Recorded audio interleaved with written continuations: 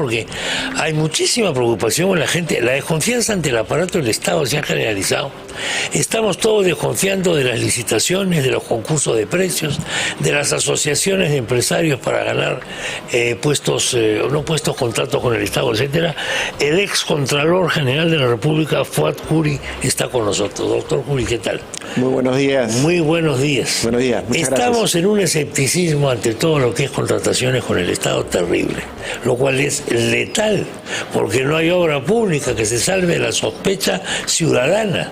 Ahora sale el tema de los niños, estaríamos ante un complejo ya de mafia espectacular si se comprobara. ¿Qué está pasando? Lo que está pasando es que la corrupción se ha exacerbado. ¿Qué significa? Que si ya bien teníamos una corrupción sistémica que atravesaba los 3 niveles de gobierno, municipalidades, gobiernos regionales y el Ejecutivo, en estos momentos, desde el 28 de julio del año pasado, pareciera que lo consistente es que las cosas no se están haciendo correctamente. Desde nombramientos irregulares, desde actos de corrupción supuestos en ministerios claves, en aseveraciones de los mismos miembros del Ejecutivo que vienen a aprender. Entonces, todos estos factores generan desconfianza. Normas que atentan contra la propia inversión privada. Por ejemplo, el tema de la tercerización. A mí me parece un absurdo. En estos momentos, sin la promoción de tratar de reducir la informalidad, lo que están haciendo es promover más informalidad. Entonces, son normas que se contraponen. Y la corrupción, yo quería traer un ejemplo. Hace muchos años, en una conferencia internacional anticorrupción aquí en Perú, una periodista mexicana mencionó que en su país, en México, en las épocas duras de la corrupción y el narcotráfico, nos contó la experiencia y la contó con tanta pasión que se le salían las lágrimas en los ojos, y lo que dijo es que en México miraron a la corrupción por encima del hombro. No le dieron importancia, penetró la corrupción y penetró el narcotráfico. Eso fue en el año 2010 más o menos, 2011. Y nos dijo a todos los presentes, que eran todas las autoridades aquí en Perú, ojalá que a ustedes no les pase lo mismo. ¿Y nos pasó? Y nos está pasando. Nos está pasando. Hemos mirado a la corrupción, yo no veo que haya un equipo, un proceso, un sistema anticorrupción en el Perú. Si bien existe un aparato judicial, existe el Ejecutivo que tiene que controlar los recursos del Estado, existe la Contraloría que tiene que supervisar al auditor, la Fiscalía que determina la investigación penal de los casos de la Contraloría y la sanción que tiene que dar el Poder Judicial. El Poder Judicial. Ya. Ese ecosistema, porque obviamente el Poder Judicial no funciona sin el Ministerio Público, el Ministerio Público no funciona sin la Contraloría. Entonces lo que está ocurriendo es que ese ecosistema no está funcionando. Y eso lo saben muy bien los corruptos. Porque no hay nada más rentable, mira, disculpen lo que lo voy a decir, pero no hay nada más rentable hoy en día en el Perú que ser corrupto. Sí, claro. Porque no tiene costo. Claro. No tiene costo. Al no tener costo, entonces... Claro, no invierto nada. Bueno, invierto en mi caradura, por supuesto, ¿no? Y invierten 3 años de cárcel, invierten 4 años de cárcel, se llevan $10 millones al bolsillo. Claro. Miren la cantidad de obras sospechosas del Ministerio de Transportes y Comunicaciones en 7 meses. El Ministerio de Transportes es la gran bolsa de este país, una de las grandes bolsas de este país. Es el ministerio con mayor presupuesto y mayor corrupción. ¿Y por qué hago ese comentario? Porque el análisis de riesgo que hacíamos en la Contraloría de las unidades ejecutoras, ministerios e instituciones, que mayor riesgo por número de denuncias y número de casos es el Ministerio de Transportes y Comunicaciones. Quizás por ahí estaba en segundo lugar o en primero, pero por ahí estaba. En los 3 niveles de gobierno, la mayor cantidad de corrupción en las regiones. Entonces, acaba de salir, de renunciar, no creo que haya renunciado, le han pedido que se vaya, el ministro Silva, que no era un experto en la industria, en el sector.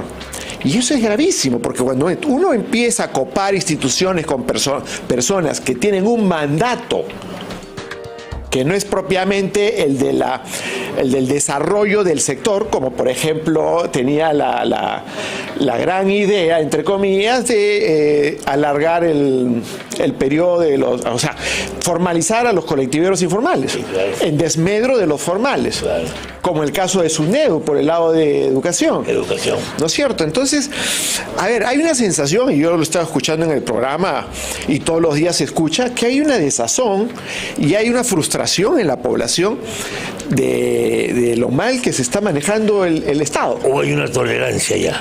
Prácticamente pensamos que la corrupción es incorregible y tenemos que aceptar que el ser humano es así y que hay un 10% que es y nos vamos resignando como sociedad. Chema, eso era antes. Ya antes no era, o sea, la gente decía, con tal que robe, no importa, que haga obra. Hoy en día ya está tan generalizada la corrupción y la ineficiencia, que es la madre de la corrupción, porque a través de la ineficiencia se penetra la acción de la corrupción, que yo creo que ya hay un punto de inflexión tal que se habla de vacancia, se habla de denuncias constitucionales contra el presidente, se habla, o sea, la gente está desesperada para que esto pare. Claro, que obviamente no todo el Perú tenemos derecho a respetar las opiniones de los demás, pero yo creo que la gran mayoría se ha dado cuenta que necesitamos gestión. Sí, las encuestas son arrasadoras, ¿eh? Acaba de salir una en la cual el 80% cree que Karen está diciendo la verdad. Sí, pero hay un tema... No tiene forma de comprobarlo, pero está clarísimo. O sea, la sensación que tenemos de que esto es incorregible es muy grande. Yo no creo que las personas que teníamos un poco de conocimiento del Estado y cómo funcionan las instituciones, necesitábamos de Karelyn López para entender lo que estaba pasando. ¿Correcto? Lo que ha venido a hacer la señora es un poco a confirmar. Claro que dentro del terreno del derecho hay que corroborar lo dicho. Sí. Me parece genial, tiene que ser así. Tiene que ser así. Pero, sí, dime. Pero es muy verosímil todo, pues. Sí. Todo es verosímil. O sea, acá la verdad nunca se sabrá, en el fondo, hasta que no hay una investigación judicial. Hay dos verdades que sí se saben. Tiempo, ¿no? Hay dos elementos que sí se saben. Pero hay cosas que sí se saben. Vamos a seguir fuerte con esto y vamos a volver con el excontralor general de la República después de esta pausa, pero antes le recuerdo, para merecer tanta corrupción, antes de la pausa le dije al excontralor Fuad Curi, hay una serie de cosas que la gente cree que son verdad porque son verosímiles aunque no las pueda comprobar.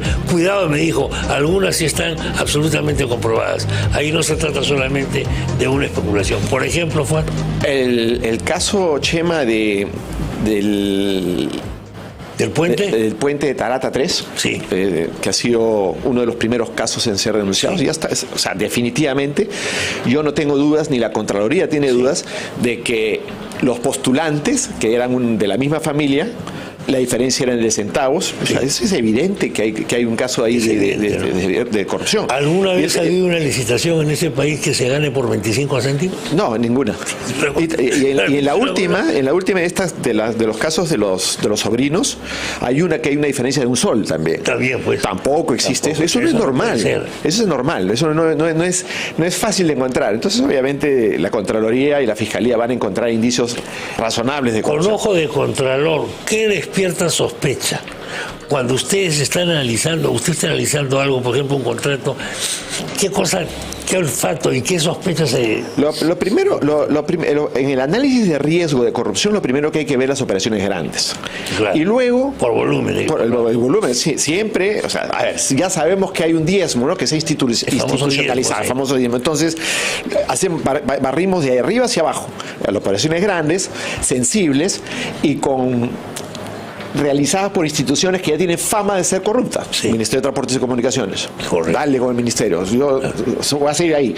Entonces, las carreteras, los puentes y toda la infraestructura pasa el Club de la Construcción. Claro, ¿qué fue? Por supuesto, sí. Ahora hay otro club, pero bueno, veremos que terminen las investigaciones. Entonces, ¿qué es lo que vemos? Es riesgos. ¿Dónde pueden haber riesgos de corrupción? Y lo otro, denuncias. O sea, nosotros en la Contraloría tenemos un canal de denuncias, llama al proveedor que perdió, me dijo, fíjese señor Contralor o auditor, ha pasado esto. Ok, vamos a revisar y resulta que tenía razón. En el tema del gas de camisea, Sí. No sé si se acuerdan todos, pero en el gas de Camisea, al segundo postor lo eliminaron media hora antes. Sí, me acuerdo de eso. Correcto. En el tema del tren eléctrico, después de haber ganado la buena pro Odebrecht, en forma unilateral subieron los índices de sismología de los puentes de 8.5 a 9.5, aumentaron el precio a 130 o 140 millones de soles. Entonces, a ver, ¿saben hacer los expertos en corrupción? No los de ahora. Los que sí saben hacer, los corruptos expertos, como el caso Odebrecht, sí, son muy cuidadosos, pero igual, siempre dejan huella. Y al final alguien habla siempre, ¿no? Al final alguien habla, y al final cuando uno escarba y hay indicios, uno logra encontrar. Pero el tema pasa porque ya nos hemos acostumbrado, como conversábamos en el intermedio, que la gente tolera, ¿no es cierto? O sea, no, ya tiró la toalla, como quien dice. Y en ese sentido yo quiero hacer un llamado a la reflexión de que hay estudios comprobados científicos sobre honestidad e integridad, en donde en situaciones de laboratorio se ha descubierto que lo bueno y lo malo se contagia. Imaginemos lo que te estaba diciendo. En un salón de clase donde todos fuman cigarro, obviamente todos van a fumar. Pero si está prohibido fumar cigarro, nadie fuma. Sí. Y después con el tiempo, ya no es prohibido, sino uno se da cuenta que es bueno para la salud. Se llama la escalera de la moralidad de Kohlberg. Después, la escalera de la moralidad, correcto. De Kohlberg, ¿no es cierto? Correcto. Entonces, y después también hay un estudio de Dan Ariely que llega a la conclusión de que la corrupción se contagia. Muy bien. Es contagioso. Entonces, si empezamos a promover lo bueno, como los coreanos, en Nueva Zelanda, los países nórdicos, promover desde la escuela, desde kindergarten hasta quinto de media y después de la universidad, educación en valores en forma transversal, en 20 años la corrupción desaparece en el país, como en estos países. Tiene un libro sobre la mentira, si no me equivoco también, que es muy interesante. Es correcto. Y toleramos la mentira es algo perfectamente aceptado y lo consideramos algo positivo para no ofender a la gente. Entonces tengo que aprender a detectar la mentira. Ahora, no nos está yendo bien en el ranking de la corrupción últimamente, en el famoso ranking de transparencia internacional. Estamos peor que varios países africanos, eso no puede ser. Estamos mal hace mucho tiempo. Y hemos empeorado. Llegamos a estar en el puesto, el lunes el mejor, hemos llegado a estar en el puesto 101, 102, ahora hemos bajado a 90 y tantos, pero en Latinoamérica, sí, el promedio, los únicos dos países que tienen menor índice de corrupción es Chile y Uruguay. Correcto. Y el resto tenemos un promedio de estar en 30 puntos. 30 puntos significa que estamos con un alto nivel de corrupción. Pero regresemos al tema que se tocó hace un momento respecto a los niños. Sí. ¿No? Porque también hay corrupción de público con público. Sí. O sea, hemos descubierto en algunos casos corrupción entre... Discúlpeme un instante, sí, claro, que tengo información.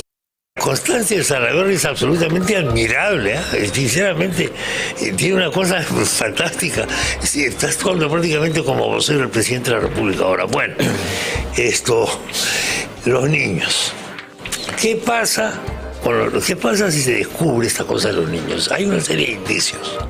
¿De qué estaríamos hablando? De un complejo, digamos, económico, empresarial, con un lobby político, con una célula parlamentaria. Sí, la primera percepción que hay es que siempre también han habido casos de corrupción entre público y público. Quería explicar. Un alcalde puede solicitar mejor presupuestos y se mueve, le consiguen y luego hay una dádiva por el medio. Correcto.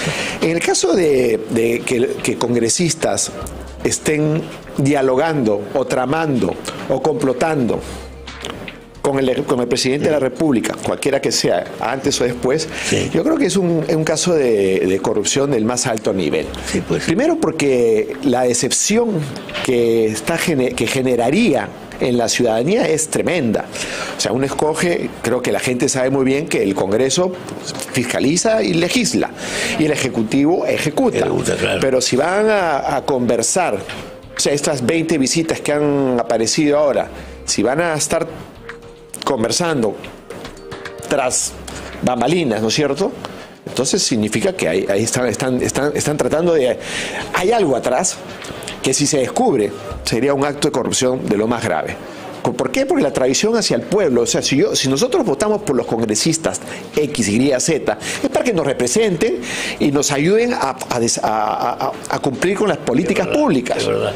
Después que no se quejen que el pueblo desconfíe de la democracia y le falta cultura al pueblo.